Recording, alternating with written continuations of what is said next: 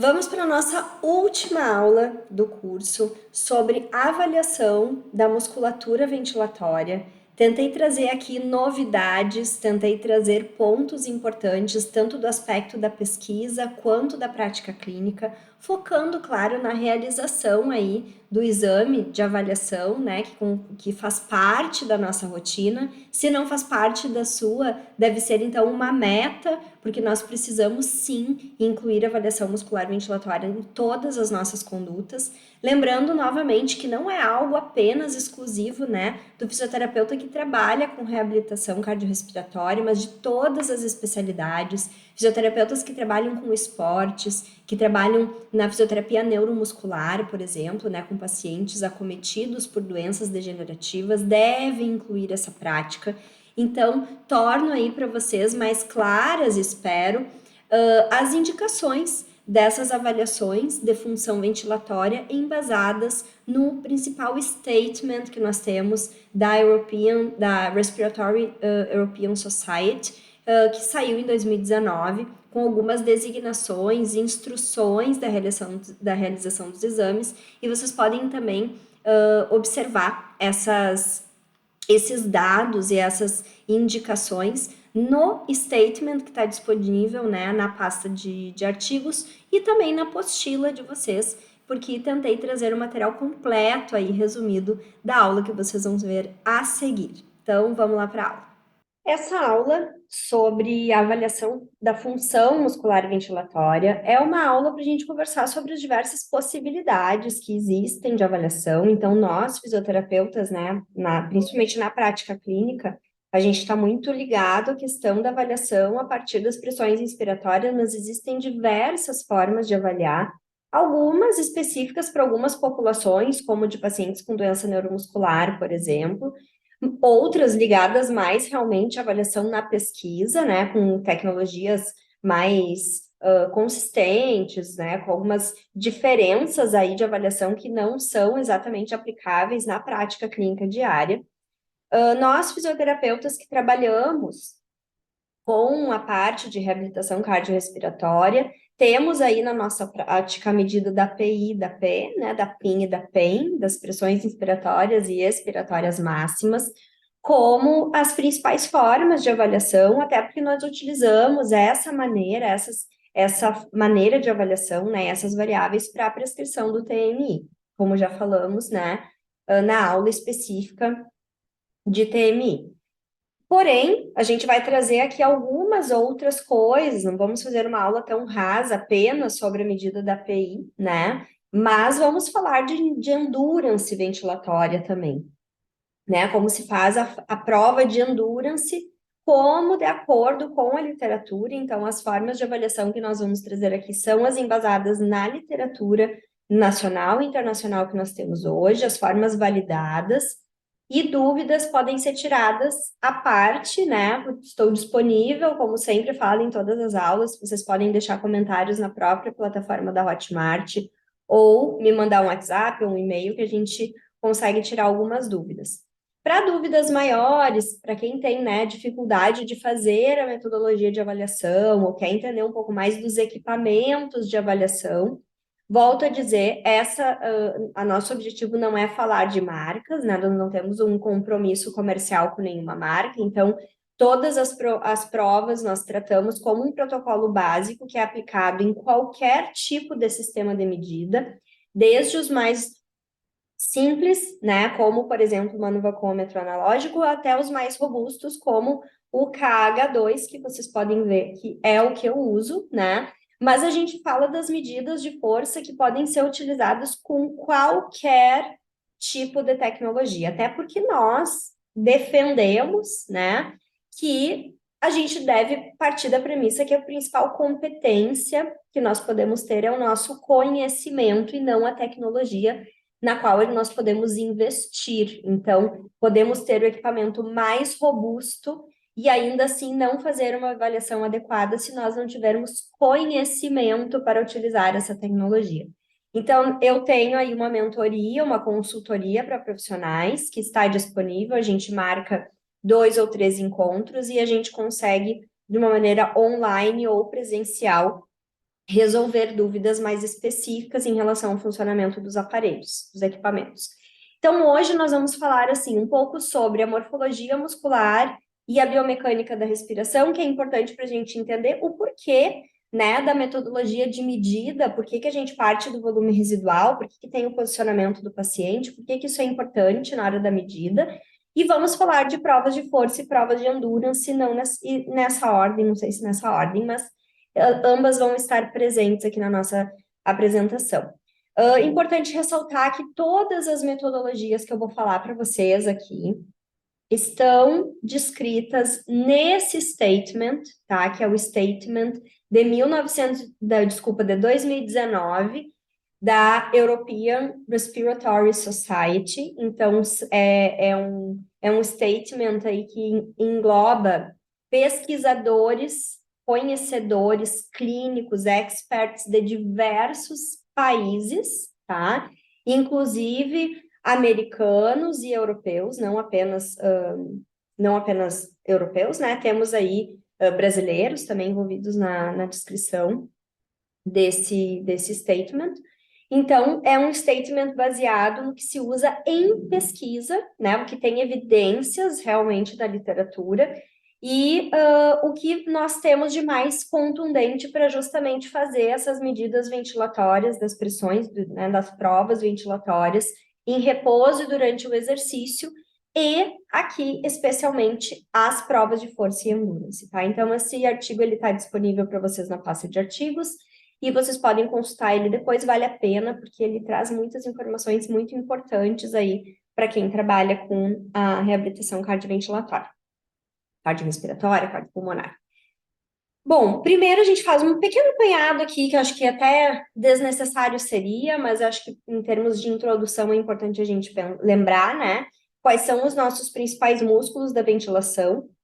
Então, quando a gente fala das medidas de força e de endurance, né, das medidas dinâmicas e estáticas aí, a gente não pode pensar só que a gente está avaliando o diafragma, impossível, né? Até muitas vezes, dependendo da forma, do ritmo, do padrão ventilatório que esse paciente vai ter no decorrer da vida, às vezes o diafragma é o músculo menos utilizado, né? Não que seja correto, mas é a vida real. Então, muitas vezes a gente vai medir aí as pressões geradas por outros músculos que não o diafragma.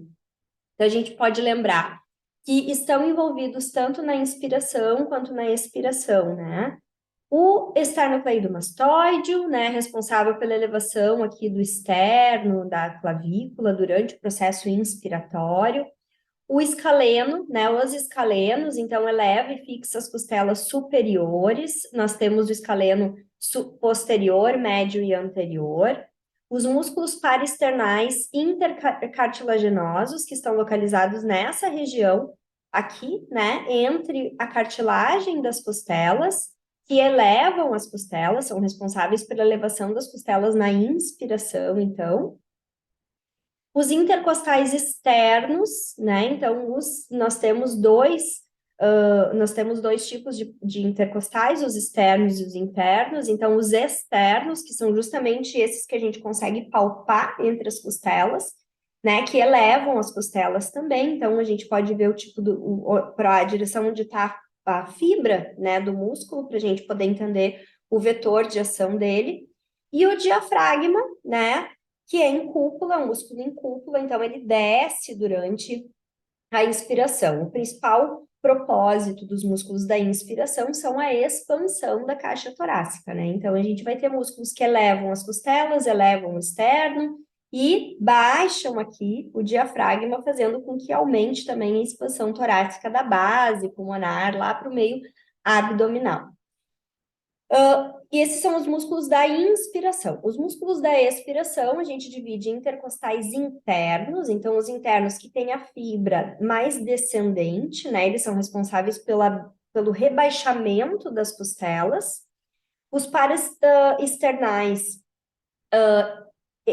intercartilaginosos também temos, né? Que abaixam as costelas.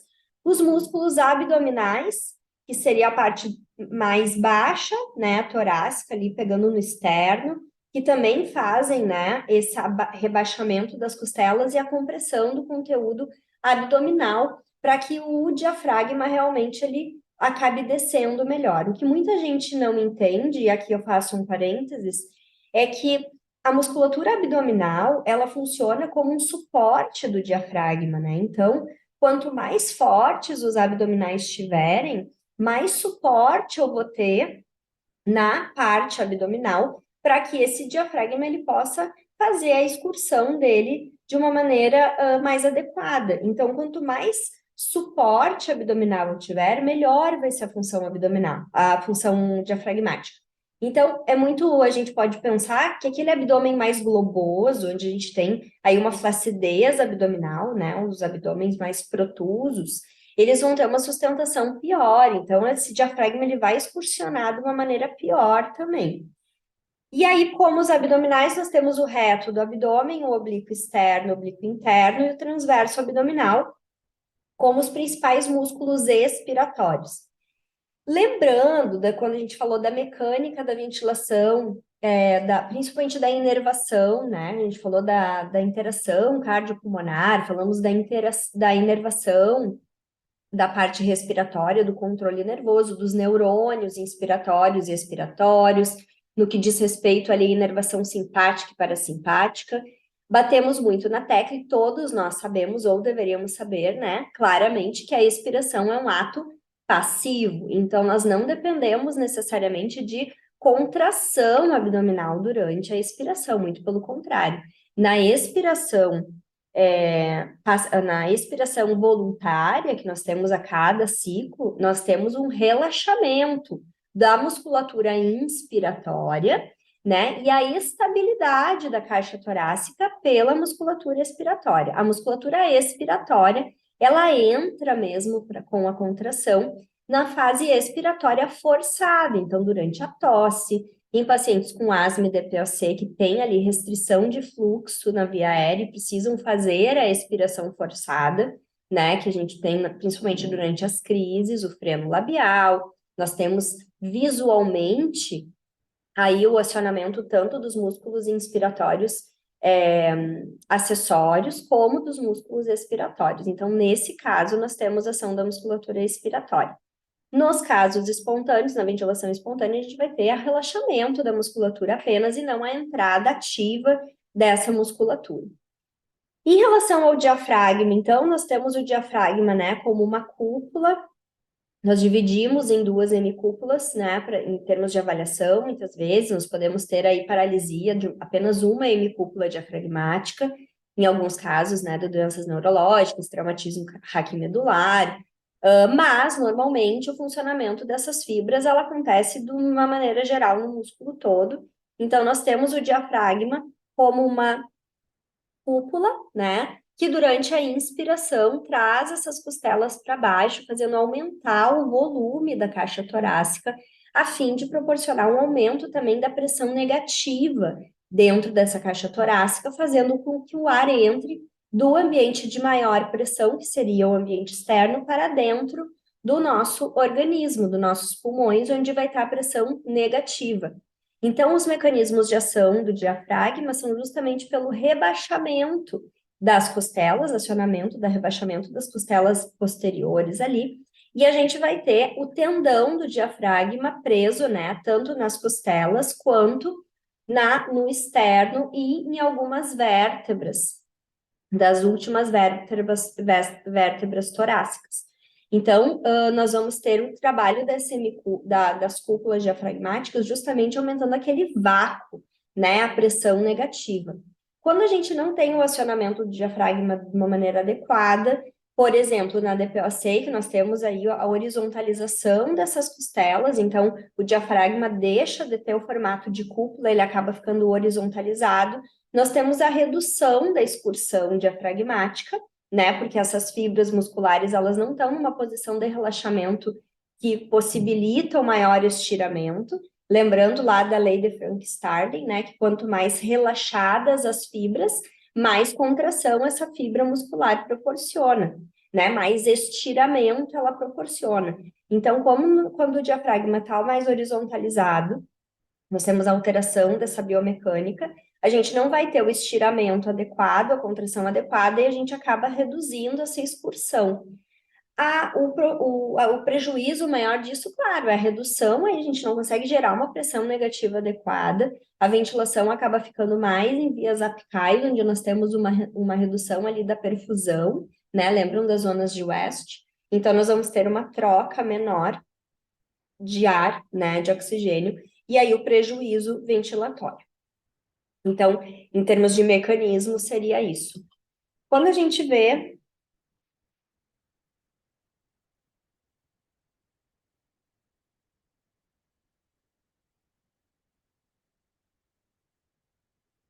Falei para vocês que vocês iam ver várias vezes esse videozinho, e aqui eu não tirei o áudio dele, mas e o que que ele quer dizer? Que na verdade a gente tem aí a contração diafragmática, então, fazendo com que haja, né, a excursão diafragmática e abertura das últimas costelas, né, com esse aumento da excursão, a expansão torácica, e que nisso tudo vai gerar também aquela questão da interação mecânica cardiopulmonar, né, onde nós temos não só a ação do sistema nervoso, das trocas gasosas, mas a produção de pressão ali que muda o aspecto da produção de força também de bomba cardíaca, né? Pensando no aumento da pré-carga e da pós-carga, que acontece ciclicamente na nossa respiração, mas que fica ainda mais exacerbado diante de alguns quadros de doença.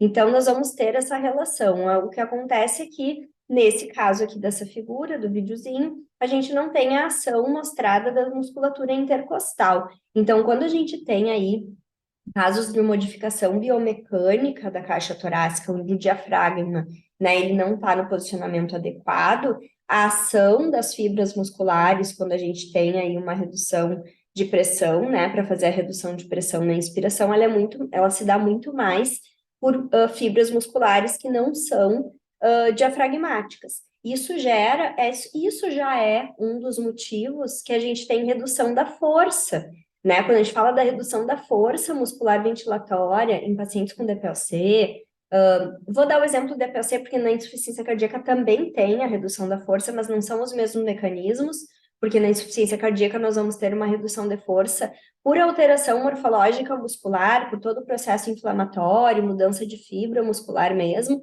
que também vimos na aula de fisiopatologia. Então, quem não lembra, volta lá na aula de fisiopatologia que eu mostro na hipertensão, por exemplo, a mudança da caracterização das fibras musculares.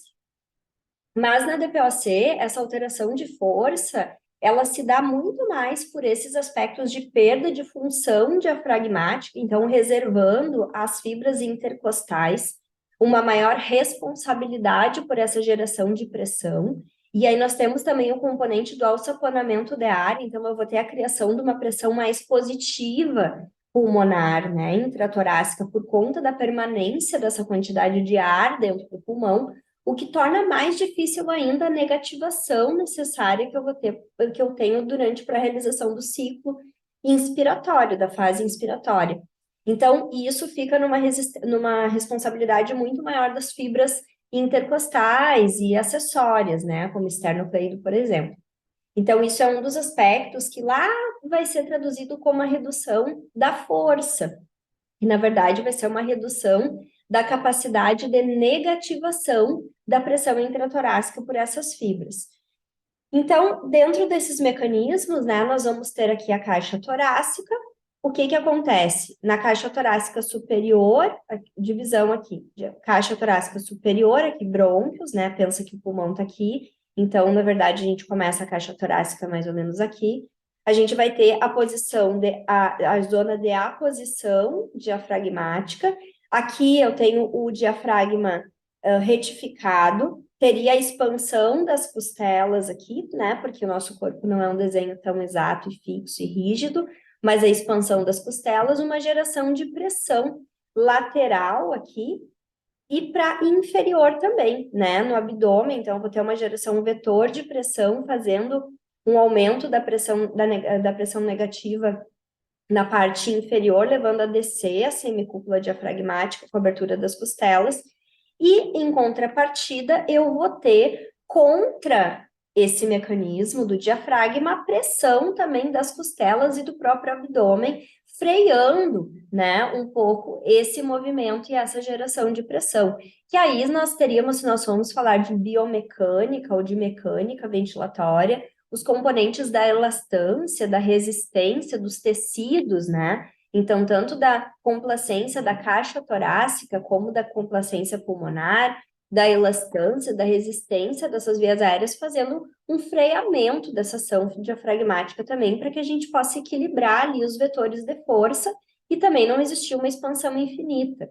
Então, nós vamos ter tudo isso segurando, freando essa descida diafragmática para fazer a geração de força necessária, a geração de pressão necessária para a realização das trocas gasosas.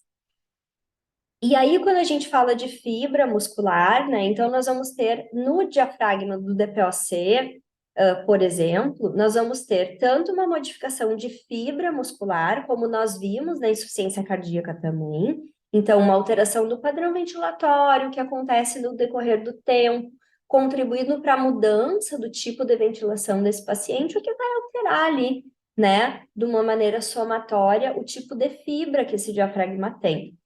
Bom, e aí nós vamos ter, vocês podem ver aqui na figura esquerda, né, nós temos o controle e na direita o DPOC.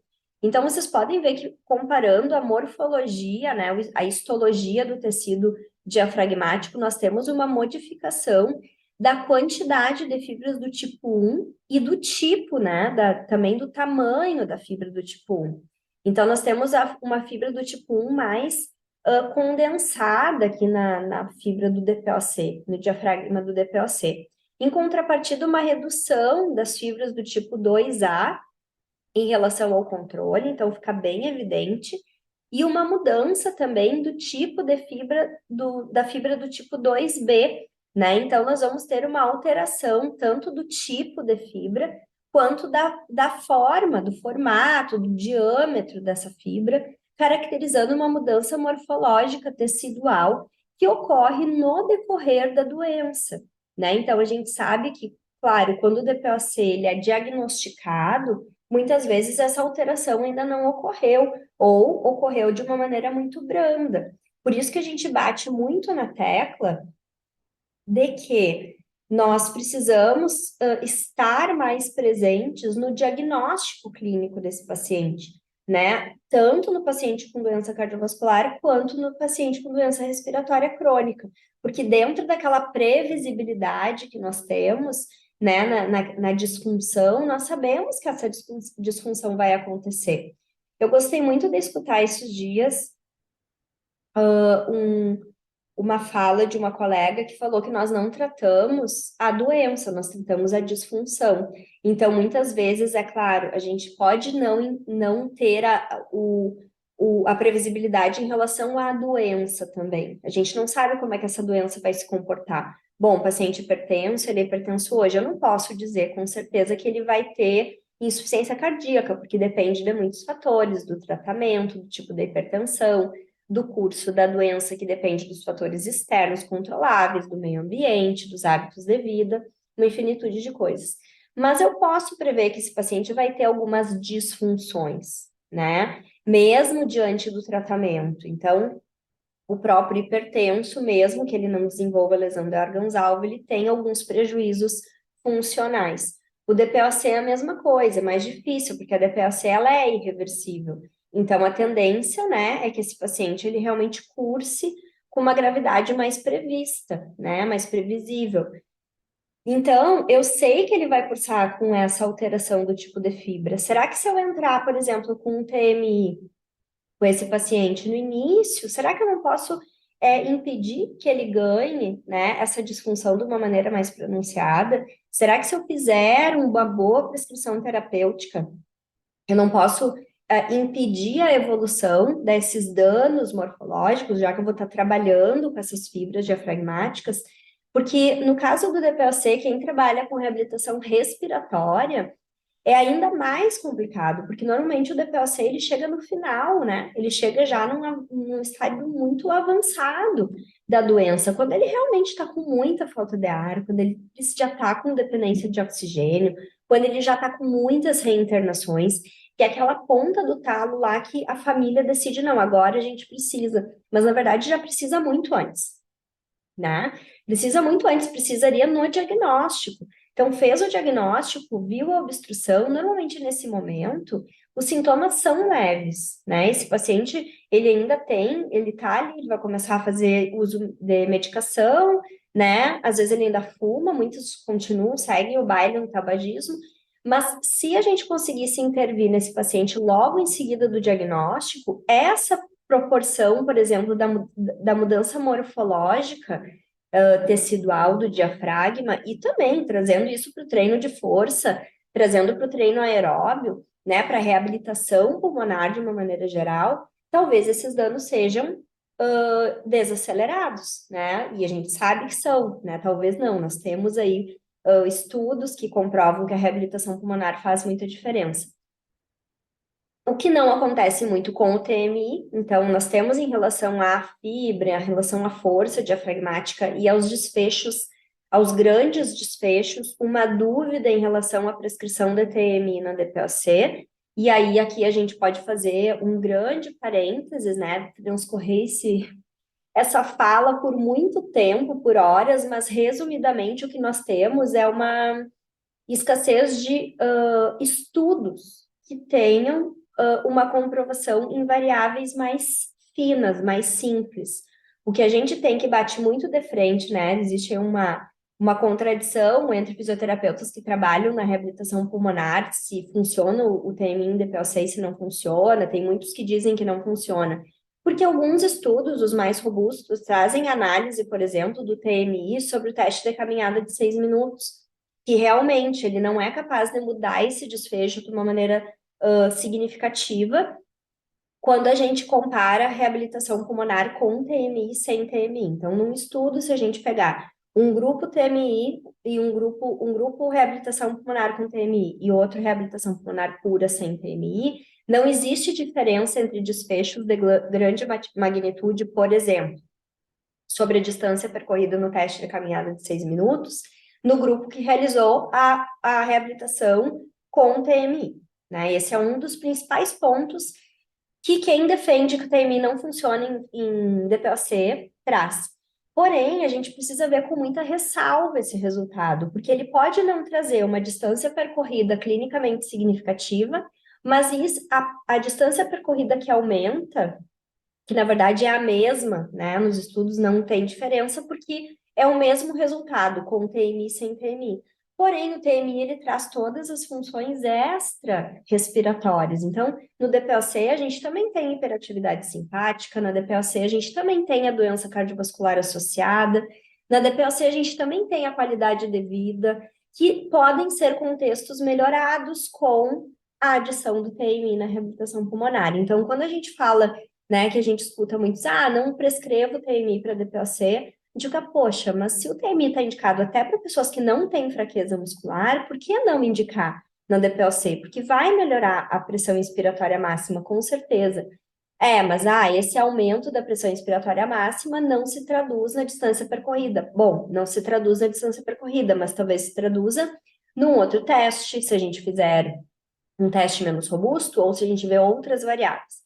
Então, o que existe, na verdade, na DPOC é uma escassez de estudos, e não só, né? A gente sabe que a nossa área carece muito de ciência, de pesquisa para embasar ainda as nossas intervenções, e isso é geral, então a ciência precisa ser desenvolvida dentro da fisioterapia, mas eu chamo atenção aqui para esse contexto, né, de discussão que existe, pensando que, bom, nós temos aí uma mudança de fibras, né, de composição morfológica do diafragma, e que talvez a gente possa, sim, lançar mão, pensando também nas outras variáveis que não apenas a distância percorrida. Então, em relação às alterações estruturais, né, musculares, então aqui novamente nós temos dois diafragmas, o A sem DPOC e o B com DPOC, ambos, né, durante a fadiga. Nós observamos, né, que na DPOC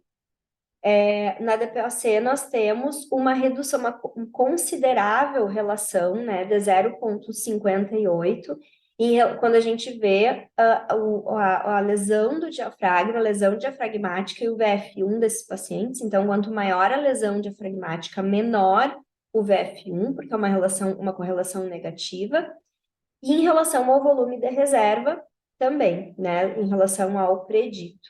Então, nós temos aí alterações diafragmáticas importantes, né, na DPOC que estão relacionadas com a redução da função pulmonar de uma maneira geral. Daí também a importância da gente fazer a monitorização dessas variáveis, tanto pela espirometria quanto pela avaliação da força muscular, né? Porque só a espirometria por si só, né? Às vezes a gente já tem, como eu falei, no início da doença, a gente tem a obstrução que tende a aumentar, e muitas vezes nós temos uma condição de função muscular ventilatória que ainda não está tão em declínio, né? E que, em contrapartida, seria um bom motivo para a gente justificar o início da reabilitação pulmonar com o CTMI, mas já o início da reabilitação pulmonar, mesmo que esse paciente não tenha sintomas importantes, porque quando tiver o sintoma de dispneia, essa fadiga e essa fadiga diafragmática, a lesão, a sarcopenia, a lesão de fibras, mudança histológica já vai estar muito evoluída, né? E é algo irreversível. E aí eu trago para vocês algumas avaliações, então, né? Não só na DPOC, mas o que a gente tem na literatura, eu vou trazer algumas. Quando vocês pegarem o statement para ler, vocês vão ver que tem várias outras formas de avaliação, mas as mais usadas que a gente até pode encontrar aí na prática clínica.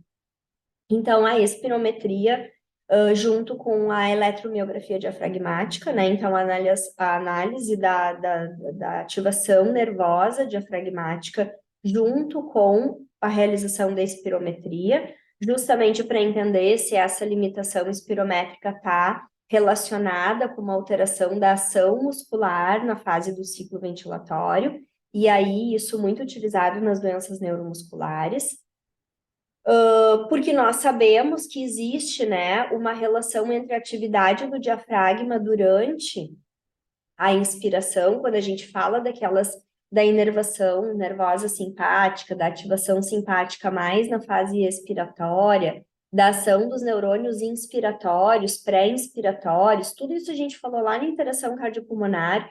Lembram da parte do centro, do controle nervoso, quando eu falo do centro respiratório, que está localizado na base ali cerebral, né, na base que a gente consegue, no tronco cerebral, desculpa, que a gente consegue identificar a ação dos neurônios na faixa, na fase inspiratória, os neurônios pré-inspiratórios, quando é uma inspiração forçada, na ativação dos neurônios da área de Pré-Botzinger, que a gente consegue identificar ali a ação neuronal, né? Então, aqui vocês têm, em relação à DPOC, também, né, a ativação diafragmática, a porcentagem aqui, normal na ativação diafragmática na DPOC, né, na doença restritiva. Então, em relação à DPOC, a gente pode observar que existe uma ativação diafragmática muito maior na respiração normal. Então, aqui nós temos o nível de volume de ar corrente, tá, nessa primeira figura, na respiração normal, mais uma vez, na DPOC, na doença restritiva. Então, no nível do volume de ar corrente, a ativação diafragmática normal seria de 10%, tá? Então, nós temos uma ativação que não é tão grande, eu não preciso de um nível de ativação tão grande para produzir um volume de ar corrente adequado. Na DPOC, para produzir praticamente o mesmo nível de volume de ar corrente, eu tenho um disparo diafragmático muito maior. Ou seja, eu tenho uma necessidade de ativação neuronal, né, de ativação elétrica lá do nervo frênico muito maior para conseguir produzir a mesma atividade, certo? E na doença restritiva, mais ainda, né? Eu tenho um padrão de disparo diferente ainda da DPOC. Muito semelhante quando a gente vem para os números. Então, em relação ao normal, nós temos os dois, né? Tanto a doença obstrutiva quanto a doença restritiva, com padrão de ativação neuronal muito maior, de atividade elétrica muito maior para ativação diafragmática, mas quando a gente vê a doença restritiva e a doença obstrutiva, nós não temos diferença significativa, ou seja, ambos aumentados. Quando a gente vem analisar esse sinal, a gente vê que existe uma alteração do sinal de disparo, né? Parece que a doença restritiva, ela produz uma necessidade de um sinal um pouco mais constante em algumas faixas. Mas em termos de bursts, né, que a gente chama, que são os picos, é uma ativação muito parecida. Em relação ao trabalho imposto, então aqui nós temos o trabalho total, né? Nós temos também na doença restritiva e na doença obstrutiva, mostrando que o trabalho imposto também é muito semelhante ao trabalho mecânico, quando a gente fala da DPOC e da doença restritiva. Então, juntamente com a ação neuronal, com um aumento da necessidade de disparos elétricos, nós vamos ter um aumento do trabalho imposto para esse diafragma, tanto na obstrução quanto na restrição, ainda que, né, nós tenhamos um padrão diferente de trabalho, então o trabalho muscular feito na obstrução, ele é diferente do trabalho numa doença restritiva, mas nós temos um aumento desse trabalho imposto que se traduz em frequência respiratória, né, porque aqui nós temos em relação à frequência respiratória, tanto numa doença quanto na outra. Então aqui nós vamos ter um trabalho total né, um pico aqui do trabalho total, que é essa linha mais preta aqui de cima. Do trabalho total, nós vamos ter um pico em torno de 15 respirações por minuto, ali numa frequência respiratória de 15, 12, né? Um pouquinho antes dos 15. Num trabalho maior, uma resistência maior, né? Nós vamos ter um trabalho imposto total em torno de 20, 22 ali de frequência respiratória, e quando a resistência é menor, nós vamos ter um trabalho imposto ali na zona maior, um trabalho total na zona de 12 respirações por minuto. Então, a relação do trabalho mecânico com a resistência, certo? E na insuficiência cardíaca, eu trago para vocês, né, a relação da PI com a sobrevida. Nós temos uma relação importante, mostrando que quanto maior a PI, maior a sobrevida nos pacientes com insuficiência cardíaca. Por isso que o trabalho, né, a pesquisa das doenças cardiovasculares, da ação do treinamento inspiratório nas doenças cardiovasculares, ele se torna cada vez mais importante, apesar aí de pacientes com doença cardiovascular não ter uma deficiência, um déficit de função pulmonar normalmente pronunciado, porque eu posso ter só insuficiência cardíaca, só, né, mas no sentido de que eu não tenho um diagnóstico respiratório, e que pela ausência desse diagnóstico eu poderia dizer, não precisa então fazer treinamento ventilatório, muito pelo contrário, nós temos aí uma perda de força muscular ventilatória na insuficiência cardíaca, assim como nós temos uma perda de força muscular esquelética global, que se traduz aí numa relação importante, né, e numa correlação negativa, então, de que quanto maior a API, menor a sobrevida. Esse gráfico não é o gráfico da correlação, mas o gráfico da sobrevida, mostrando aqui que pacientes com uma PI maior, né, acima aqui de 95 centímetros de água, que seria o grupo do Q1 aqui, tem uma sobrevida maior, por exemplo, do que aqueles que têm uma PI menor que 51, né, com o P significativo. Então, a relação entre essas faixas aqui de pressão inspiratória. Bom, quando a gente fala das medidas, então, que é o objetivo principal dessa aula, a gente fala justamente da medida da mudança de pressão, né? Então, da geração de pressão negativa. A gente traduz essa redução da pressão negativa como uma pressão, como um diagnóstico de força, né? Uma avaliação de força.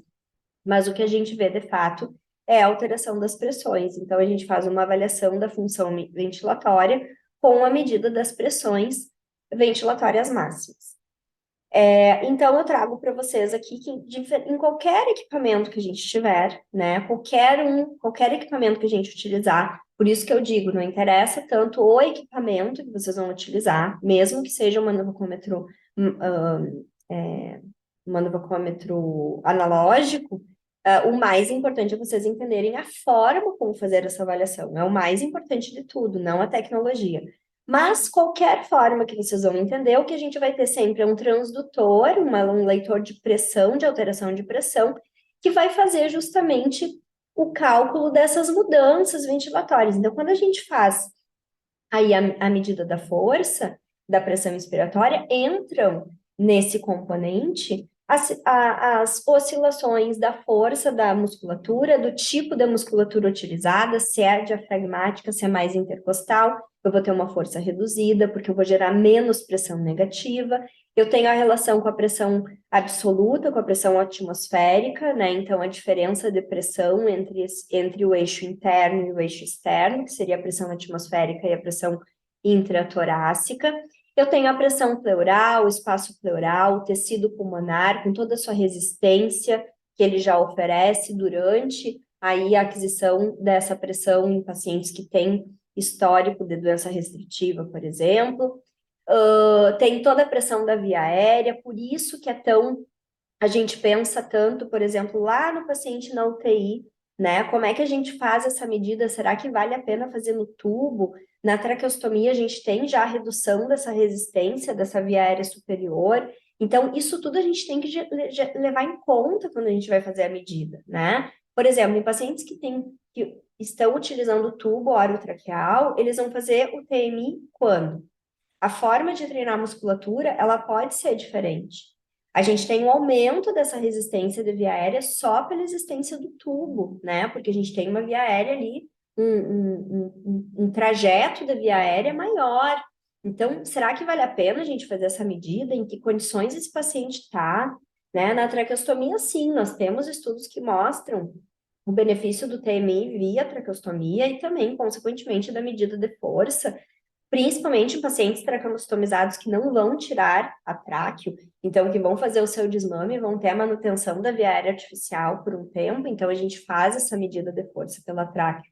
Mas tudo isso tem que ser levado em conta, porque não é simplesmente a força da musculatura, né? Tudo entra em consideração, inclusive essa alteração de pressão intratorácica no coração durante a manobra, né? Então, pacientes que têm uma condição cardíaca mais insuficiente, a gente tem que pensar também no que vai levar essa aquisição.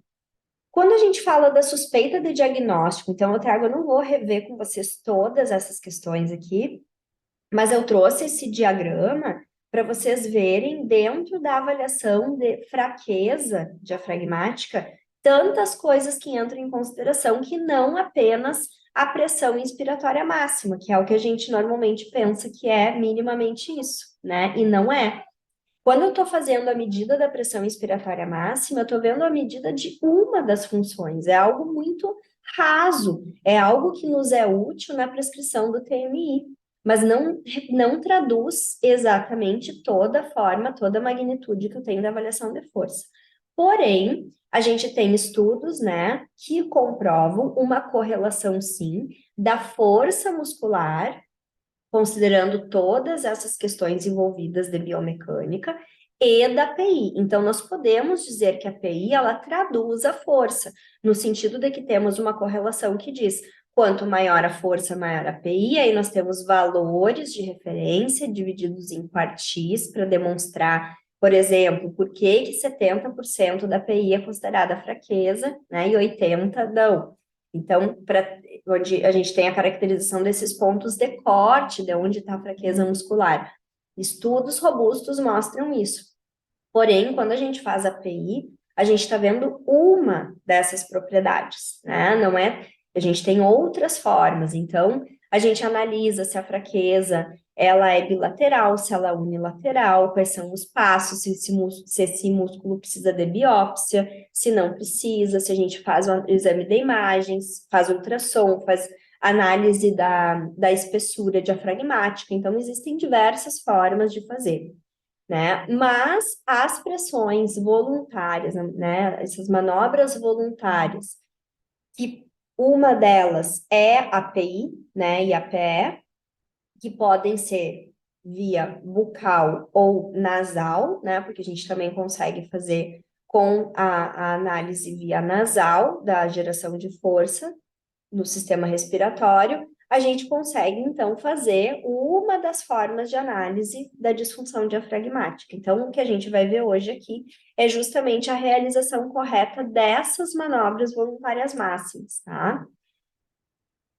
Que, né, então, é uma das formas. A gente tem também a possibilidade de fazer a avaliação do controle nervoso dos músculos ventilatórios. Então, eu trago para vocês aqui, tem a questão do que eu posso fazer por ação craniana, então, por eletroestimulação craniana, fazendo a estimulação nas zonas específicas onde estão localizados os neurônios inspiratórios e expiratórios, para poder avaliar a ação dessa estimulação no músculo para poder identificar aí, muitas vezes, uma fraqueza de nível neuromuscular. Então, será que falta sinal elétrico? Será que esse sinal não está passando direito? Será que eu tenho alteração de mielinização neuronal? Tudo isso eu posso fazer via eletroestimulação, né? Craniana, por exemplo, uma das formas de fazer. Eu posso fazer também a avaliação por ultrassom, é uma avaliação que vem ficando cada vez mais comum na prática clínica, principalmente pacientes à beira-leito de UTI, né? Então, é uma avaliação que vem ganhando espaço na nossa prática clínica, e que bom, porque antes era restrita apenas a um ambiente de pesquisa há mais tempo, assim como nós temos a avaliação de espessura de fibras de quadríceps, por exemplo, né? Temos também espessura diafragmática. Eu sei que tem cursos específicos para isso, e eu acho super válido para quem trabalha em ambientes que possuem, né, o equipamento. Não acho, né, assim, opinião bem pessoal, que vale a pena, por exemplo, a aquisição do equipamento de ultrassom para esse tipo de análise na prática clínica de quem atende a domicílio.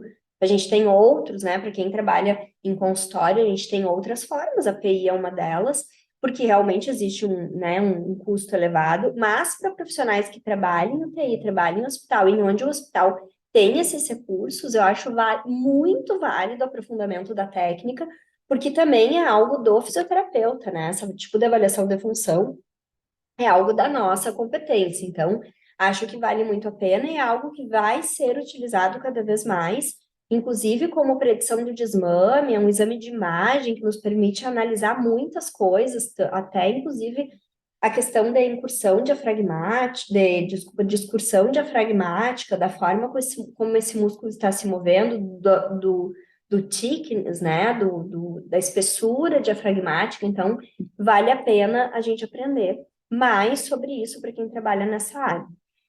A pletismografia optoeletrônica, né, uma avaliação da hiperinsuflação dinâmica durante o exercício, né, então aqui está o exercício tapado, vou destapar, onde esse paciente, então, ele é analisado através de uma câmera, né, com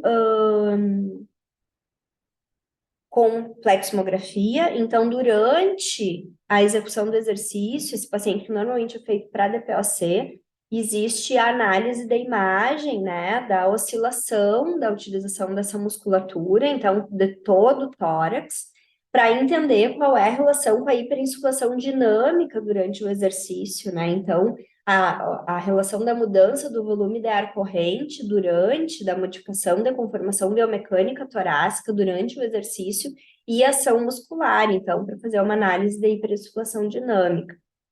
E a espectroscopia por infravermelho, que a gente chama de NIRS, é um exame que está também muito mais ligado à pesquisa, que analisa a avaliação, né, analisa de uma maneira dinâmica e o fluxo sanguíneo na musculatura ventilatória durante o exercício também, tanto em exercícios de resistência quanto em exercícios aeróbios. Então, por meio de sensores, a gente consegue fazer a leitura do oxigênio, né? Então, das partículas de oxigênio a partir do uso do infravermelho, para entender como que está o aumento, se existe aumento ou não do fluxo sanguíneo durante o exercício pro diafragma, e isso é uma medida importante para entender alguns graus de disfunção diafragmática em determinadas doenças, principalmente as respiratórias, como o DPOC, né? Como se comporta esse direcionamento do fluxo pro diafragma durante o exercício. Bom, então, essa é uma, né, uma outra forma de avaliação. E quando a gente fala da medida de pressão, o que a gente vai ter, independente da tecnologia, sempre são manobras feitas, né, de maneira estática, a endurance ainda é de maneira mais dinâmica, mas a leitura é da pressão estática, por meio de um manômetro de pressão. Tá? Esse manômetro ele pode vir encapsulado em dispositivos tecnologicamente mais robustos, como os da linha do Power Grid, mas, basicamente, a gente precisa de um leitor que faça, né, de um transdutor de pressão para a leitura da geração de pressão no espaço, né, da caixa torácica. Então, essa mensuração, ela pode ser feita via bucal aqui ou nasal, né? Normalmente a gente usa em adultos a via bucal, oral, e em crianças alguns exames são feitos via nasal. Então, esse transdutor, ele sempre vai ser ligado em um leitor de pressão, um transdutor de pressão, e a gente vai ter a oclusão da porção da válvula expiratória ou inspiratória, para que possa ser feito a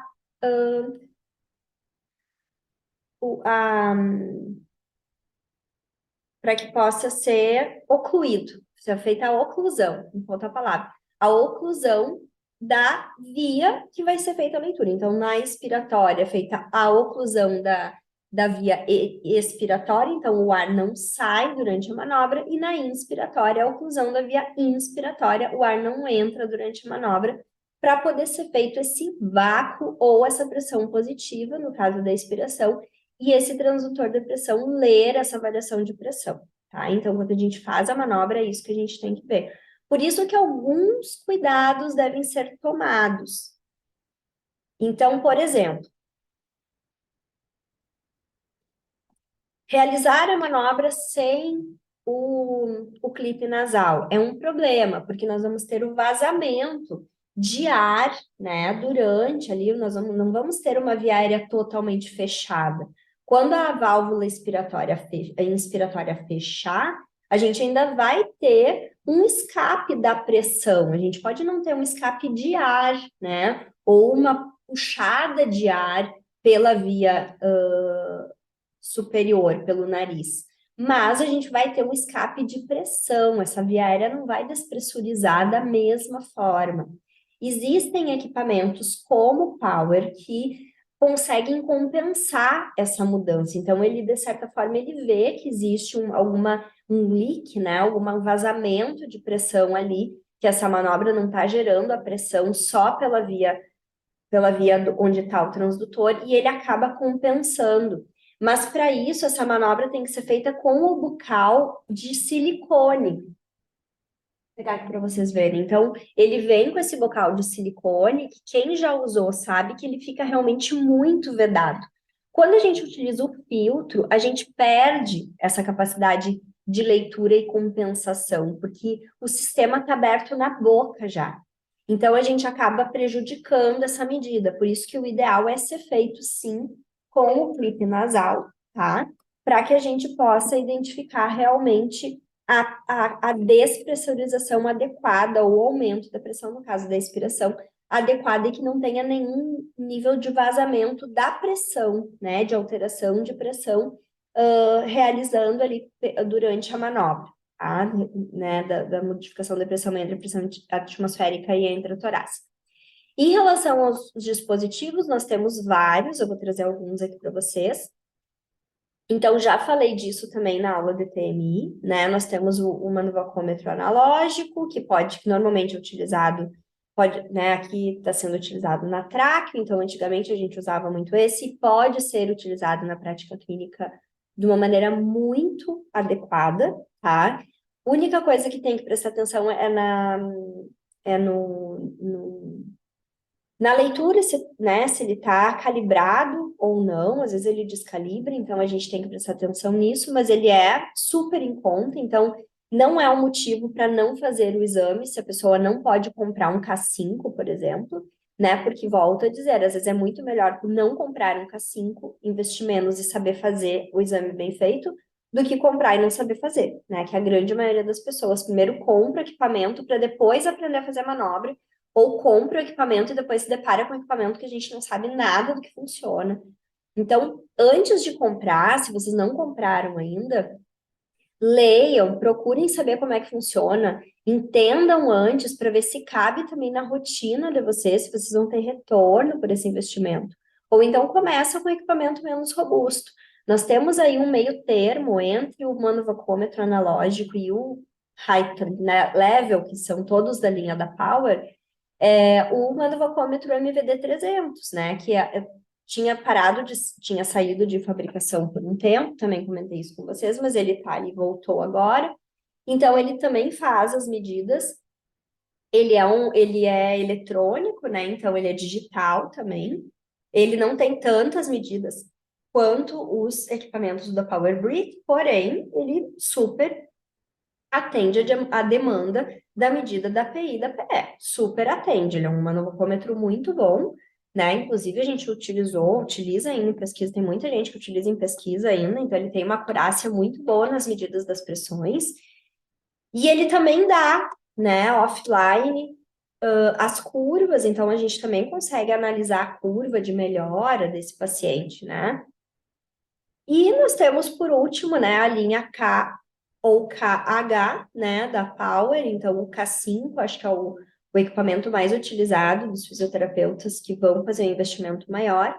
E o KH2, que seria o mais top, que dá outras funções, né, além da PI, o K5 também dá, mas ele permite a leitura feita de outras formas, né, um feedback visual maior também em relação a outras variáveis, né? Então, a gente consegue analisar alguns índices. Nós temos o S-Index, que nós vamos falar aqui um pouco depois do S-Index também, que é uma dúvida, né? Aí que permeia o nível, o nosso nicho.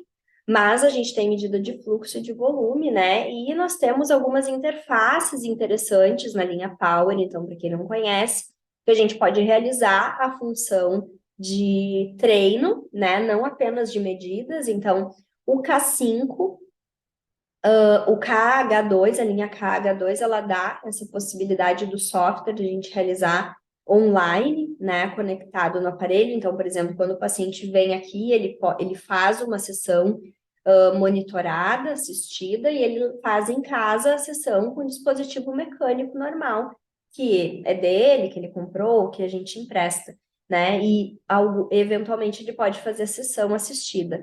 A única coisa que não é interessante, de fato, principalmente quando a gente fala do TMI, mas não só da avaliação, é que o TMI ele fique restrito nessas sessões monitoradas. Então, é muito legal, é muito bonito a gente fazer a sessão com feedback visual, então o paciente podendo ver a evolução dele, né, podendo ver como é que funciona a entrada, a saída do ar, enfim, é legal esse feedback. Porém, os protocolos que a gente tem de TMI não trazem sessões com respostas significativas de 2 vezes na semana, por exemplo. Normalmente o TMI ele tem que ser feito 7 dias na semana, no mínimo 5, para a gente poder ter os resultados que a literatura mostra. E eu sei que tem muita gente que, por ter o equipamento digital, leva na casa do paciente ou faz no seu consultório com o paciente lá. Essa sessão monitorada, que é feita com o equipamento digital, que é uma sessão realmente muito mais robusta de treino, elas não podem ser as únicas sessões de treino. Até porque se o paciente falta um dia ou falta uma semana, ele fica sem, ele interrompe a constância do treinamento. E isso é muito ruim para o resultado. Então, mais uma vez, a história do bolo. Eu posso fazer? Pode, mas não deve. Porque se eu fizer o bolo com uma receita diferente, eu não posso cobrar o mesmo resultado. E aí tá que muita gente não tem o resultado, né? E diz, então não funciona o TMI. Pelo contrário, é porque o teu resultado tá errado, porque o teu método tá errado, certo? Então, assim, mescla as coisas. Se ele vem no consultório 2 vezes na semana, ou se tu vai no domicílio 2, 3 vezes na semana com o teu K5, ótimo, perfeito, faça com K5. Mas ele tem que manter a constância nos outros dias. Então, é indicado o TMI com o equipamento mecânico, né? E aí, como é algo de alto custo, eu sempre faço assim, analiso a necessidade do paciente. Se é um paciente que vai utilizar por um período finito, por exemplo, pós-Covid, eu empresto equipamento, eu tenho equipamento, então eu empresto, no final do tratamento eu retomo esse equipamento. No paciente que tem uma doença crônica, que vai precisar sempre insuficiência cardíaca, DPOC, eu sugiro realmente a aquisição, né? E aí, esse equipamento vai ser dele, mas é importante a constância. Constância é uma das propriedades de qualquer treinamento, né? De qualquer habilidade, na verdade, é a constância a gente manter esse estímulo. Bom, para realizar a manobra da PI, então, o que que a gente precisa? Esse paciente ele precisa estar sentado sem encosto. O objetivo daqui é que a caixa torácica ela tenha todas as dimensões para poder insuflar, então que ela não tenha uma restrição, né, de mecânica ali para insuflação. Então é importante que esse paciente esteja sentado numa posição em que o tórax esteja totalmente livre, certo? Bom, isso é o que está descrito como o exame foi feito. A gente pode tentar transpor isso para a nossa discussão das outras avaliações funcionais. E se não der, bom, se não der, eu vou adequar. Eu não tenho variações do protocolo de TMI, né? Do protocolo de medida de força. Então, eu vou ter que adequar. O que que é o melhor? Se eu for fazer a reavaliação, que eu faça nas mesmas condições. Se é um paciente acamado, por exemplo, que ele não sai do leito, eu vou deixar descrito lá que ele fez nessas condições. O que acontece é que a gente vai ter ali a limitação mecânica, né, do suporte, da estabilidade de um meio externo, seja uma poltrona, uma cadeira, um encosto de qualquer coisa. Então, se eu puder, o ideal é fazer esse paciente nessa posição aqui. Inclusive, foi eu que fiz essa figura aqui, então ela tá bem detalhada por causa disso, né? Então, esse paciente, o ideal é que ele esteja sem encosto, na frente, segurando o aparelho, tá? Com o clipe nasal. Os pés apoiados, o tronco levemente inclinado, e essa posição aqui de ancoramento dos cotovelos, ela é importante porque eu libero a ação da musculatura acessória, não é uma perfumaria isso daqui. Então, se o paciente ele tem o uso de musculatura acessória, como na DPOC, no momento que eu ancoro os meus braços, eu libero essa musculatura, o tensionamento maior, porque eu estou dando um apoio para essa musculatura. Então, e eu consigo excursionar melhor o meu diafragma e tentar usar o máximo possível das musculaturas oficiais inspiratórias, os intercostais, o diafragma, mais do que a musculatura acessória. Se eu faço essa manobra sem apoio de tórax, de costas, né? E com o paciente com os músculos, com o ombro solto, a tendência é que ele faça a pressão utilizando o aumento da pressão aqui, da tensão nessa musculatura. E aí eu vou estar medindo a pressão formada não pela musculatura ventilatória, mas pelos acessórios, que pode ser competente para isso, mas não é o ideal. Então, assim, a gente sabe, por exemplo, né, um DPOC muito grave, ele tem uso muito grande da musculatura acessória. E a principal causa de insuficiência ventilatória nesses pacientes é a fraqueza muscular. Então, se eu não tiver, se eu for medir a pressão inspiratória gerada apenas pela musculatura acessória ou né, primordialmente, eu vou estar ignorando a função dos músculos ventilatórios, que pode ser mais baixa do que essa musculatura. Então, essa posição de arqueamento aqui, né, de ancoramento pelos cotovelos é muito importante, certo? Mais uma vez, se o exame não for possível de ser realizado assim, ou se o paciente não conseguiu segurar o aparelho, o ideal é que eu coloque isso num relatório, que eu indique isso para que a reavaliação seja feita nas mesmas condições. Então, quando eu não consigo ter um padrão ideal, como está descrito na literatura, que eu reporte isso para que eu mesma realize o exame na mesma condição, ou que o meu colega, né, que vai ser responsável pela reavaliação, faça na mesma condição. O bocal ajustado sem folgas e o clipe nasal. Então, novamente, pode ser feito sem clipe? Depende do equipamento. Vamos dizer que não pode, tá? Se for o equipamento, dificilmente alguém vai usar o Power Breathe com o silicone, né? A gente usa com filtro hoje em dia. Então, normalmente não vai ter essa compensação do sistema e a gente precisa fazer com clipe nasal para ter a exata medida, tá? Não fez com clipe nasal, Anota. Agora, é complicado, porque assim, às vezes, normalmente, quase sempre, esse paciente não tem uma boa coordenação pela boca, da respiração pela boca. E aí a tendência dele vai ser puxar pelo nariz. Muitas vezes o sistema vai fazer a medida, mas vai dar uma medida muito baixa, né? O transdutor vai ler uma redução de pressão, mas vai dar uma pressão muito baixa. E aí a gente pode diagnosticar esse paciente com uma disfunção maior do que ele tem, realmente. Então, assim, muito cuidado para fazer a medida sem o clipe. Muito cuidado, né? E dá para a gente fazer uma medida educativa antes, ensinar esse paciente a fazer a medida, a fazer a respiração antes. Muitas vezes eu começo fazendo a coordenação pela boca sem o equipamento. Então, vamos treinar pela boca primeiro. O senhor vai soltar todo o ar e vai puxar com força, né? Então, fazendo essa coordenação até em termos de conexão neuronal mesmo, para a gente indicar lá a mudança de padrão ventilatório para fazer o exame. Outra coisa importante ressaltar para esse paciente que o ritmo ventilatório do exame não é o mesmo do treino.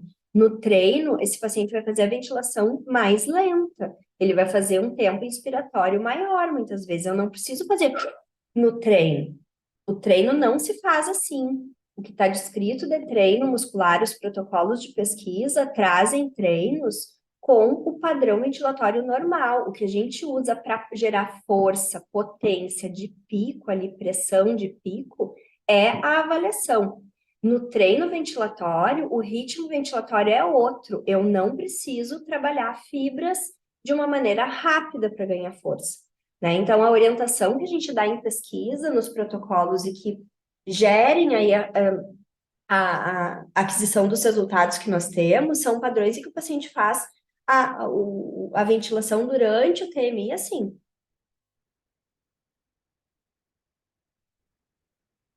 Não preciso ter um padrão de explosão durante o treino, tá? Não preciso. Igual qualquer treino de força, eu vou treinar bíceps, eu vou treinar controle motor, eu vou treinar desaceleração, eu vou treinar aumento de carga, né? O uso da carga externa, mas eu não preciso fazer pá, só. Não, depende do tipo de fibra.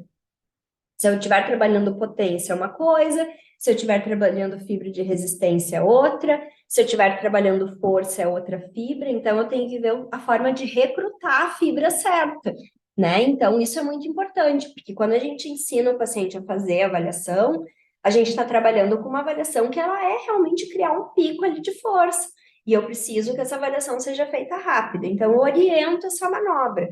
A manobra ela deve ser orientada de maneira muito clara. E assim, esse exame é um exame 100% avaliador dependente. Se o avaliador não dominar a técnica, o exame não vai poder refletir a verdade daquela função, porque eu preciso ter uma avaliação correta, né? O protocolo é muito importante, por isso também a importância do mesmo avaliador, se não for possível, mais uma vez, que nem nas outras avaliações, que o serviço tenha uma conversa e determine uma forma de execução desse padrão, treine a sua equipe, me chama que eu treino, né? Mas que treine a sua equipe para que seja realizado o protocolo de uma maneira correta, tá? Então, que todos entendam a forma de realização do exame de uma maneira correta.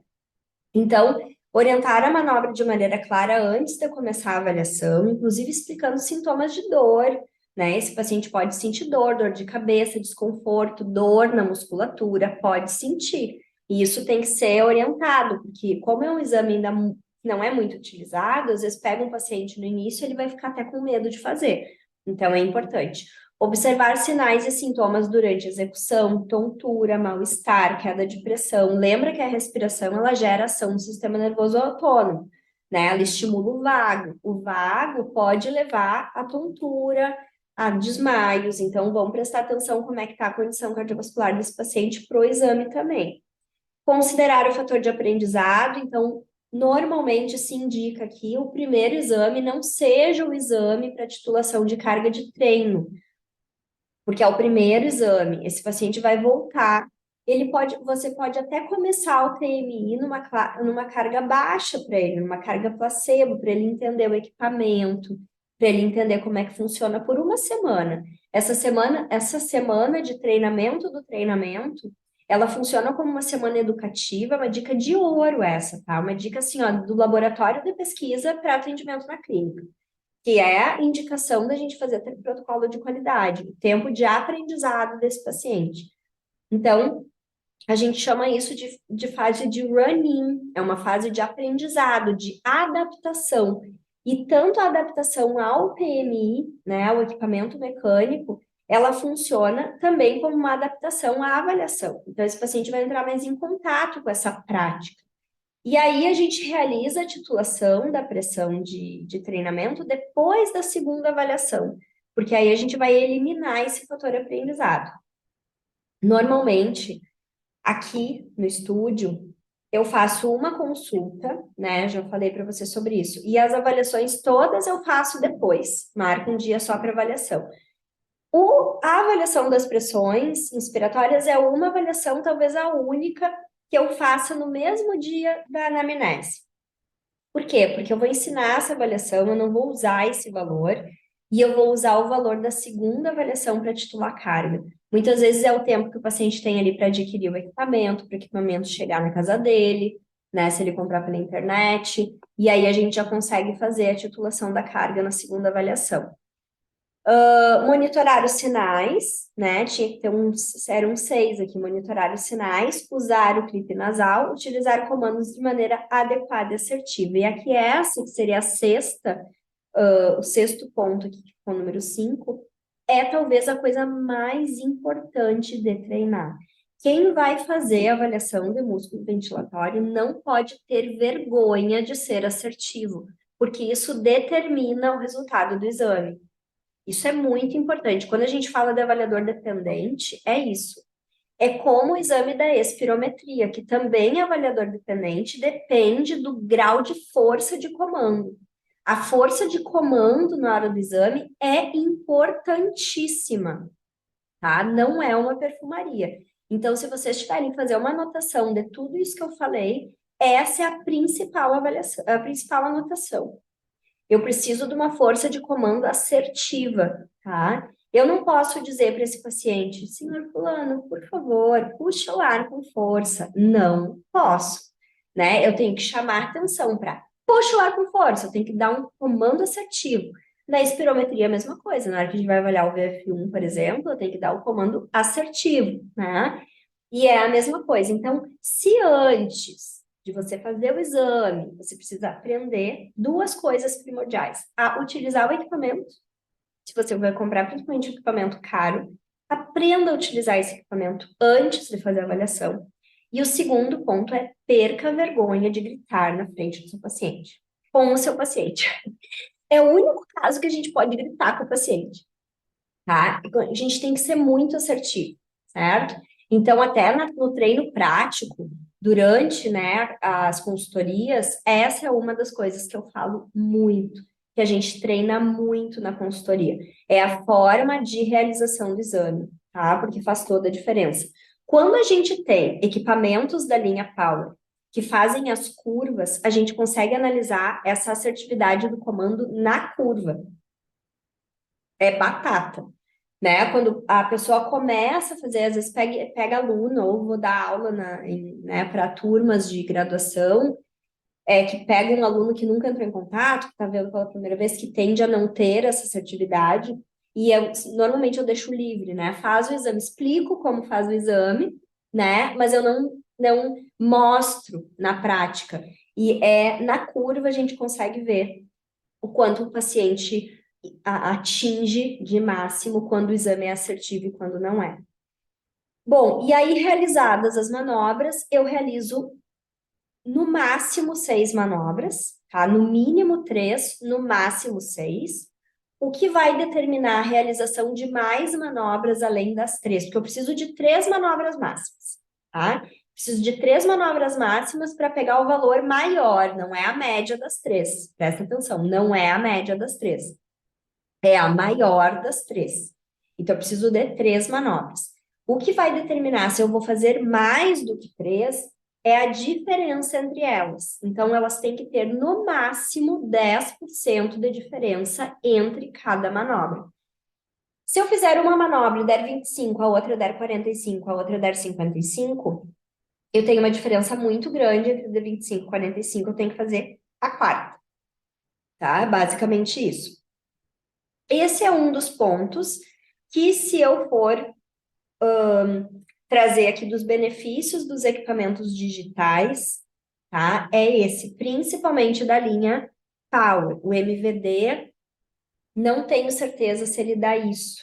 Não lembro, acho que não. O MVD, ele dá ali no digital, no monitorzinho dele ali, ele dá o valor, mas ele não dá as manobras a mais. Na linha Power, ele mesmo calcula e fecha o exame. Então, eu vou fazer as manobras, vou fazer. Se depois das 3 não aparecer um aviso de que o exame está concluindo, eu preciso, é porque deu mais de diferença de 10%, e eu preciso fazer mais uma. Nos outros, mas isso também ninguém morre de fazer isso, né? Porque é anotar e fazer um calculinho básico ali, que até na experiência a gente nem precisa fazer mais o cálculo, que já vai saber que deu mais de 10% da diferença. Então, é ter um caderninho e anotar os valores, tá? Se for um manovocômetro analógico, MVD, tem que ter uma planilhinha ali, e aí vai fazendo e vai anotando. Quando der menos de 10%, né, fechou o exame. Por que não mais do que 10? Que 6? Se a gente fizer mais do que 6, precisar de mais do que 6, a gente tem um indicativo, primeiro, que o paciente não entendeu o exame, tá? Ele precisa ser explicado novamente como funciona, então a minha explicação não foi clara. Ele pode cansar, então, dependendo do paciente, ele pode cansar. Eu preciso dar um tempo de descanso para fazer mais. Então, mais do que 6 manobras é o que a gente vê que o músculo aguenta sem fadigar. A partir daí já vai ter muito declínio do valor e eu vou estar com valores que eu não vou utilizar. Então, eu tenho duas opções. Ou eu fecho a 6, não deu, eu faço outro dia, que é a minha preferência, o que eu acho mais coerente, tá? Daí de fazer um período maior, talvez um período de running, fazer ali uma adaptação ao equipamento e trazer de novo esse paciente num segundo momento. Ou eu já até coloco na minha cabeça que essa primeira avaliação não vai ser utilizada para titulação e tudo bem se não der só 6 manobras. Ou eu dou um tempo de descanso para esse paciente ali de 30 minutos, uma hora, e refaço, o que eu não acho muito agradável, tá? Não acho que é, porque o paciente vai ficar ali ocioso, ali esperando. Então, o ideal seria mesmo eu fazer e fazendo as outras coisas, né? Se eu for fazer alguma prescrição além do TMI, e utilizar esse exame para titular a carga quando ele estiver realmente bem compreendido. Entre as manobras, eu posso dar até 1 minuto de descanso, tá? Às vezes eu posso menos que 1 minuto, mas o ideal é 1 minuto, que está descrito é 1 minuto. E aí, a PI máxima, eu parto sempre do volume residual, então eu peço a expiração desse paciente bem longa, lembrando que quanto mais lenta for a expiração, mais ar vai sair. Então, eu não preciso fazer porque eu não vou partir do volume residual. Eu peço para ele fazer uma expiração bem lenta, bem comprida, sentindo ao máximo o quanto sai de ar. Eu posso utilizar o tronco para ajudar essa expiração.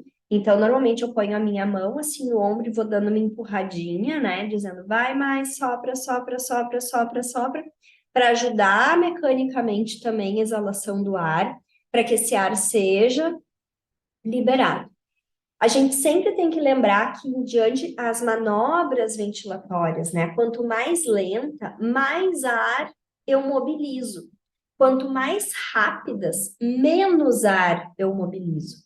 Então, quanto mais lento a expiração, é só a gente pensar, né, na ventilação do freno labial. Por que eu peço para o meu paciente exalar lentamente pelo freno labial? Para ele poder exalar mais ar, eu comprido, mais comprido ali o tempo expiratório. Na inspiração, a mesma coisa. Quanto mais eu encho lentamente, o ar vai se acomodando no meu pulmão e eu consigo acomodar mais ar, certo?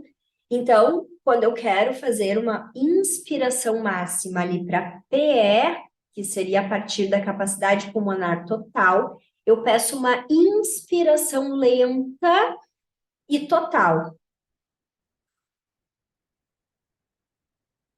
para depois expirar rapidamente. Lembrando que a manobra da PE também é rápida, como se fosse da espirometria, né? A diferença é que a leitura vai ser não de fluxo, de volume, mas vai ser de pressão, tá?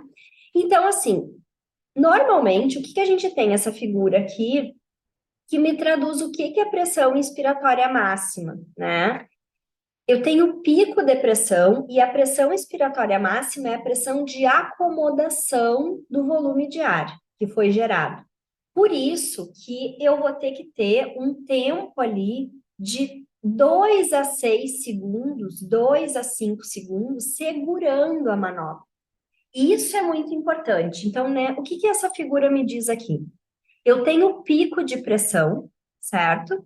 E eu tenho a pressão expiratória máxima aqui da geração de pico, que vocês vejam que ela está abaixo. É quando eu faço um platô.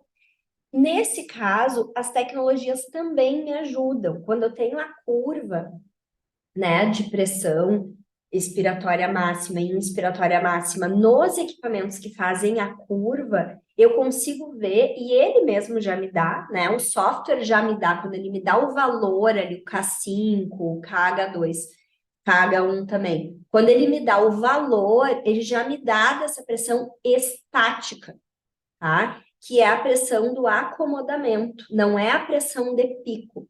Então, nesses equipamentos, a gente até tem ali o gráfico, né? Que me dá o valor da pressão de pico e a pressão máxima, que seria a pressão estática.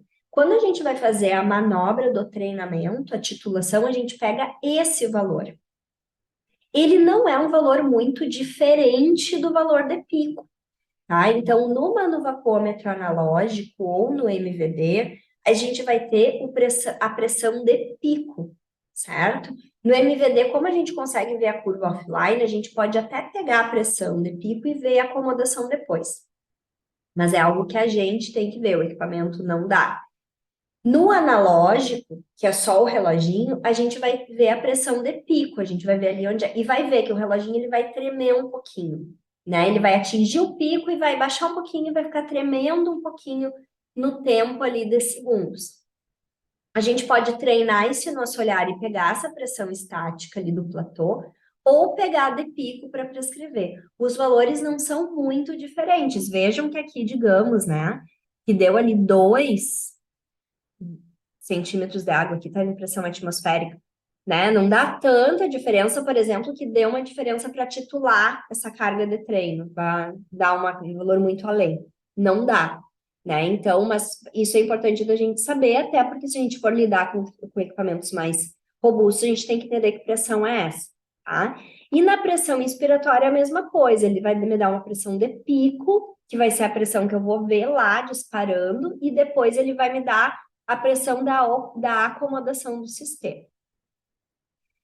Bom, isso é para a pressão inspiratória máxima. Para fazer a avaliação da endurance, que eu acho que seria a avaliação mais importante da gente fazer, apesar de que né, que seja a pressão menos, a avaliação menos feita, menos popularizada, assim.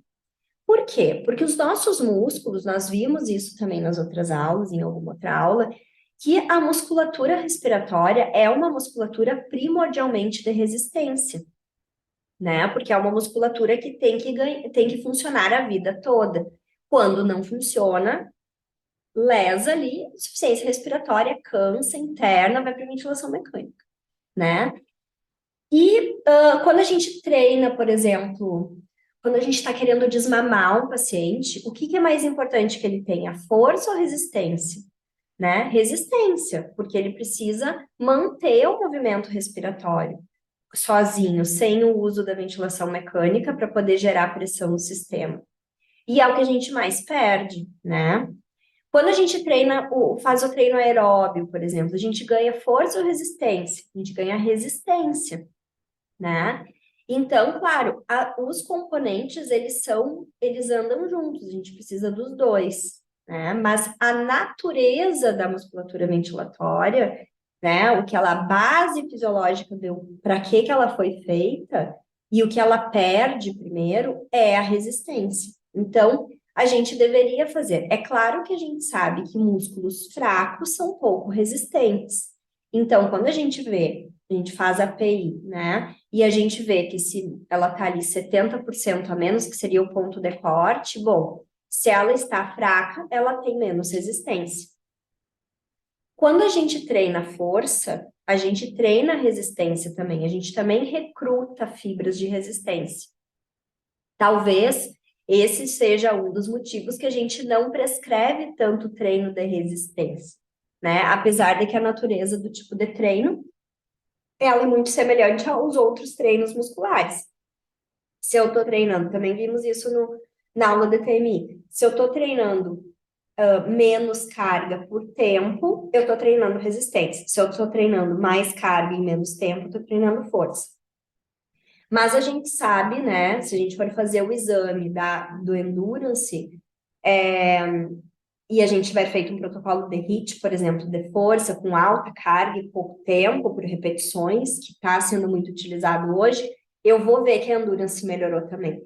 O que eu digo é que a avaliação da Endurance, ela não funciona tanto para titulação de carga de treino, mas ela funciona como um ótimo feedback de função, porque se eu chegar para o pneumologista, né, e esse paciente tiver com uma resistência baixa, e eu consegui mostrar para ele que ele ganhou endurance com o meu tratamento, eu tratei a disfunção dele, né? Então, a disfunção do TPOC é baixa resistência muscular.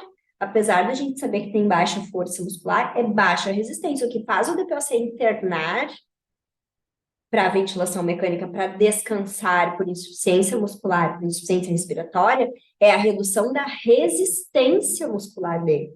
Então, se eu fizer o exame de resistência, eu vou estar fazendo uma avaliação bem específica para a disfunção que ele tem. E a gente faz muito pouco. É uma avaliação que demora mais, né? Ela é mais demoradinha, mas vale a pena. Então, vamos lá para quem estiver vendo pela primeira vez essa avaliação. Para fazer a avaliação de endurance, eu preciso necessariamente fazer a avaliação de força antes, porque vai partir sempre do valor da PI máxima, tá? Ao contrário da pressão inspiratória máxima, que é uma manobra estática, né? Eu faço 6, mas são 6 manobras. Eu faço uma e considero essa força estática ali do platô que se formou. A avaliação de endurance, ela é dinâmica. Então, eu vou ter, dentro dessa avaliação, e eu trouxe para vocês aqui, eu não vou ler isso, mas é para vocês verem aí na apostila de vocês, onde está lá naquele statement, tá? Vocês vão procurar no statement ali o 1.6.1, que é o Maximal Incremental Loading Testing, e o Constant Load Testing, tá? São as duas onde estão descritas as manobras para vocês fazerem, tá? Vou explicar aqui, mas vocês vão ler depois. Então, lá na apostila, vocês vão ler isso daí, ou vocês vão direto lá no documento e vão procurar isso, tá? Então, a primeira coisa que eu tenho que ter para a prova de endurance é a determinação da PI máxima, porque vai partir dela. E eu faço a determinação da PI máxima, que eu, particularmente, não, eu prefiro fazer não no mesmo dia, tá? Porque é uma coisa que cansa. Mas, se vocês tiverem um longo tempo de avaliação, vocês podem fazer. Então, eu determino a PI máxima, depois disso eu faço um teste que nós chamamos de teste incremental para determinar a pressão máxima sustentada, certo? Depois desse teste, eu faço o teste de carga constante, que vai ser o teste do tempo. Como endurance, né, resistência de qualquer músculo, é a capacidade de realizar um movimento por um tempo, né? Isso é a endurance, é a resistência, capacidade de manter um movimento por um tempo. Eu vou calcular o tempo. Então, aqui a minha endurance vai ser o tempo de prova, no último ali, no teste de carga constante, tá? Não vai ser a carga, vai ser o tempo.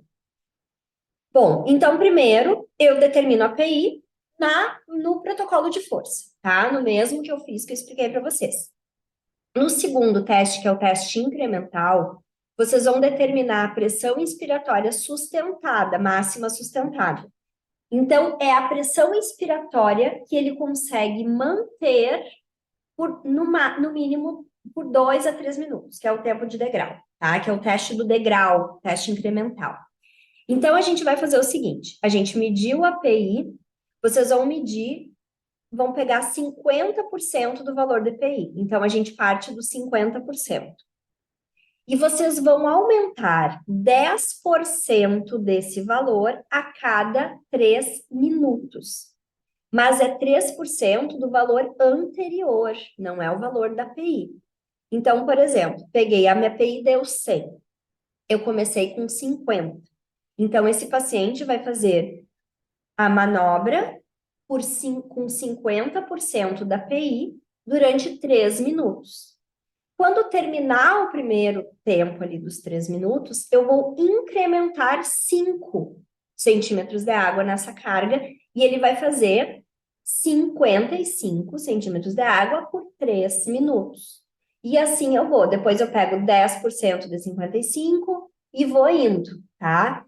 Até ele não conseguir ir mais. O que que acontece aqui? Eu não vou ter o fechamento da válvula. Vocês entendem? Que vai ser um teste ali como se fosse um treinamento muscular, só que com carga incremental, tá? Basicamente isso. Importante, como eu tenho que colocar a carga, o ideal é que eu tenha 2 equipamentos, tá? Para eu não parar o teste. Então, vocês vão começar a fazer o teste com 50%. Antes de começar o teste incremental, vocês já vão calcular num papelzinho todos os incrementos. Então, 3 minutos com 50, depois 3 minutos com 55, depois 3 minutos com tanto, calculando já com esses 10%. Aí vocês vão fazer ali, sei lá, umas 10 medidas já, tá? E vocês vão ter 2 equipamentos que podem ser manuais, não precisa ser o analógico, não precisa ser o digital, se vocês vão fazer com K5, não precisa ser dois digitais. 2 analógicos, tá? 2 manuais, mecânicos. Então, enquanto ele faz com um, vocês já vão graduar a carga no segundo, para já trocar. Fechou os 3 minutos, já troca. Fechou os 3 minutos, já troca. Não pode ter descanso. Então, esse tempo de troca de carga, ele não pode existir, porque senão o paciente vai descansar e aí eu vou perder a fadiga. Eu quero que ele fadigue. Eu quero ver qual é a pressão máxima sustentada porque ele fadigou. E aí eu vou trocando e vou fazendo a cada 3 minutos, 10%. Cada 3 minutos, 10%. Não é bem claro, tá? O controle do padrão ventilatório. Eles têm que fazer, o paciente tem que manter uma frequência respiratória entre 12 e 15. Ele não pode hiperventilar, porque senão eu vou mudar, inclusive, a questão do metaborreflexo. E eu não quero isso. Eu quero que ele mantenha ali, né? A gente quer que ele mantenha o basal, tá? Então, não seria uma frequência controlada, no sentido da gente botar o sinal sonoro para ele controlar a frequência, mas ele tem que manter essa frequência de 12 a 15 respirações por minuto. Bom, e aí vocês vão lá titulando. Quando ele não conseguir completar os 3 minutos, né, que ele cansa antes, a pressão anterior é a pressão máxima sustentada. É a última pressão que ele conseguiu sustentar por 3 minutos. Não é a pressão que ele parou, tá? Então, digamos que ele foi até 200 de carga. Quando chegou no 200, o de antes era 255, vamos supor, era 155. Subiu para 200 de carga, ele estava nos 2 minutos e ele cansou, parou. Eu pego o 155, pego a carga anterior, tá? Que é a pressão estática máxima inspiratória sustentada por 3 minutos. Finalizei o teste incremental, tá? O resultado do teste incremental foi esse. Aí, vocês vão partir para o teste de carga constante. Então, o teste de carga constante, eu pego essa pressão inspiratória máxima sustentada, vocês vão pegar essa pressão e vão dar 80% dela. E aí, vocês vão calcular o tempo que esse paciente faz a seção ali de TMI com 80% dessa pressão. Se ele fez 2 minutos, vai ser 2 minutos. Se for 3 minutos, vai ser 3 minutos. Aí a gente calcula o tempo. Importante. O tempo ideal de duração do teste de carga constante é entre 5 e 10 minutos. Certo? Nós aceitamos entre 15 e 20. Não sei se vocês trabalham ou quem trabalha com o teste máximo de esforço, né? A gente tem também um número, um tempo máximo ideal de duração do teste, senão a gente considera que a gente está com uma carga baixa de teste até chegar à exaustão. Então, considerando todo o componente de fadiga muscular, né, sinalização muscular, enfim, de contração muscular, a gente considera que o tempo ideal do teste é que esse paciente fadigue entre 5 e 10 minutos. Se ele foi entre 15 e 20, a gente aceita o teste. Se ele permanecer com essa pressão máxima sustentada, 80% dessa pressão máxima sustentada por 30 minutos, falhou o teste. Porque está muito tempo. Então, ele não cansou, o teste não produziu fadiga. E a gente não considera esse tempo. Um dos mecanismos indicativos disso é que lá a API não foi bem titulada. Então, para o teste de endurance, tudo começa lá na API. Se eu não fizer um exame de força bem feito, né? Se eu subestimar a força, e aí entra a questão de ser assertivo, de fazer o exame como tem que ser. Se eu subestimar aquela força, eu vou subestimar as cargas de treino de endurance, esse paciente não vai fadigar. Então, é um dos indicativos. O que a gente sugere? Que o teste de endurance seja muito bem testado antes de fazer, porque é um teste que demora. Se o teste da API não for bem testado e forem, né, aprendendo ali como fazer na prática clínica, que é muito comum que aconteça, o paciente não vai perder muito, porque é um teste rápido. Vocês podem fazer um dia, ai, não dá muito certo, acho que eu não fui muito assertiva.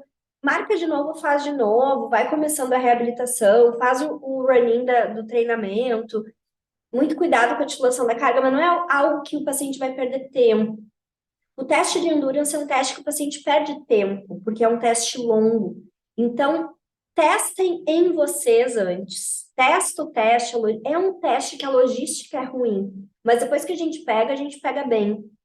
Então, testem em vocês antes do teste de endurance, para depois levar para a prática clínica, tá? Mas é um teste bem interessante de fazer e pouquíssima gente faz, então vale muito a pena investir nele, assim, porque vai ser realmente um diferencial. O teste de endurance é um diferencial que vocês podem entregar para o médico, para o paciente, que tem pouquíssima gente, vai agregar muito valor no resultado de vocês, vai agregar muito valor no relatório, vai agregar muito valor no atendimento, na confiança que vocês vão ter, porque realmente é um teste que ele permite aí a tradução da principal função do músculo ventilatório mesmo, que é a resistência.